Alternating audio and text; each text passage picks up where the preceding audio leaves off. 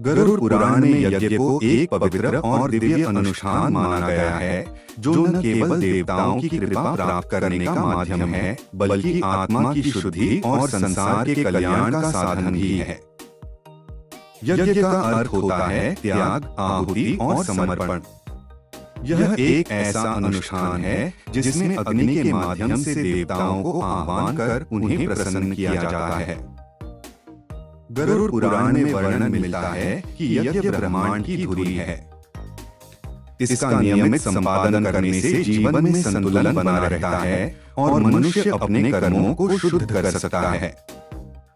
यज्ञ को न केवल देवताओं के लिए बल्कि पितरों और ऋषियों के लिए भी समर्पित किया जाता है। यह तीनों लोकों स्वर्ग, पृथ्वी और पाताल को जोड़ने वाली एक दिव्य प्रक्रिया है। यज्ञ में अग्नि का विशेष महत्व है। अग्नि को पवित्रता, ऊर्जा और शक्ति का प्रतीक माना जाता है।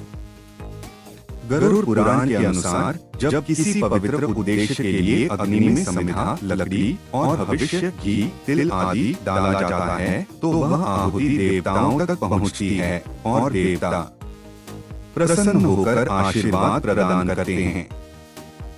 इस प्रकार यज्ञ को इहलोक और परलोक दोनों के कल्याण का साधन बताया गया है। गरुड़ पुराण में यज्ञ के कई प्रकार बताए गए हैं।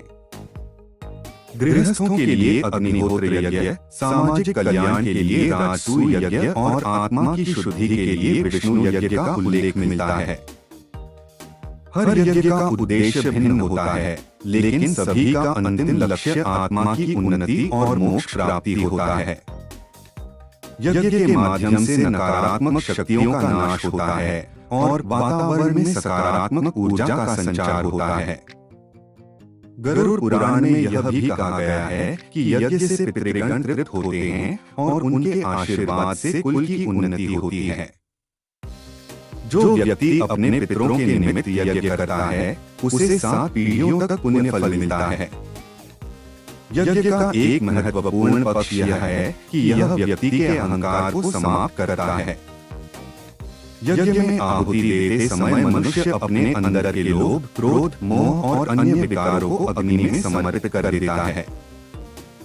यह प्रक्रिया आत्मा को शुद्ध करती है और मनुष्य के भीतर त्याग और सेवा का भाव उत्पन्न करती है। गरुड़ पुराण में यज्ञ को सृष्टि के मूल तत्वों पृथ्वी, जल, अग्नि, वायु और आकाश को संतुलित करने का माध्यम बताया गया है। जब ये पंचमहाभूत संतुलित रहते हैं तो जीवन सुखमय और समृद्ध होता है। इसके विपरीत जब इन तत्वों में असंतुलन होता है तो प्राकृतिक आपदाएं, रोग और अशांति उत्पन्न होती है। यज्ञ के माध्यम से इन सभी दोषों का निवारण किया जा सकता है। यज्ञ का प्रभाव केवल धार्मिक स्तर पर ही नहीं, बल्कि वैज्ञानिक और भौतिक स्तर पर भी देखा जाता है। यज्ञ के धुएं से वातावरण शुद्ध होता है, रोगाणु नष्ट होते हैं और मानसिक शांति प्राप्त होती है। यह वातावरण में ऑक्सीजन की मात्रा को बढ़ाता है और पर्यावरण को स्वच्छ बनाता है। गरुड़ पुराण के अनुसार कलयुग में जब मनुष्य के भीतर अधर्म और पाप बढ़ने लगते हैं तो यज्ञ ही एक ऐसा साधन है जो धर्म की पुनः स्थापना कर सकता है। यज्ञ के माध्यम से देवता संतुष्ट होते हैं और उनकी कृपा से धरती पर सुख, शांति और समृद्धि का वास होता है। इसलिए गरुड़ पुराण में यज्ञ को जीवन का अभिन्न अंग बताया गया है। यह आत्मा को पवित्र करने, देवताओं का आशीर्वाद प्राप्त करने और ब्रह्मांड में संतुलन बनाए रखने का साधन है।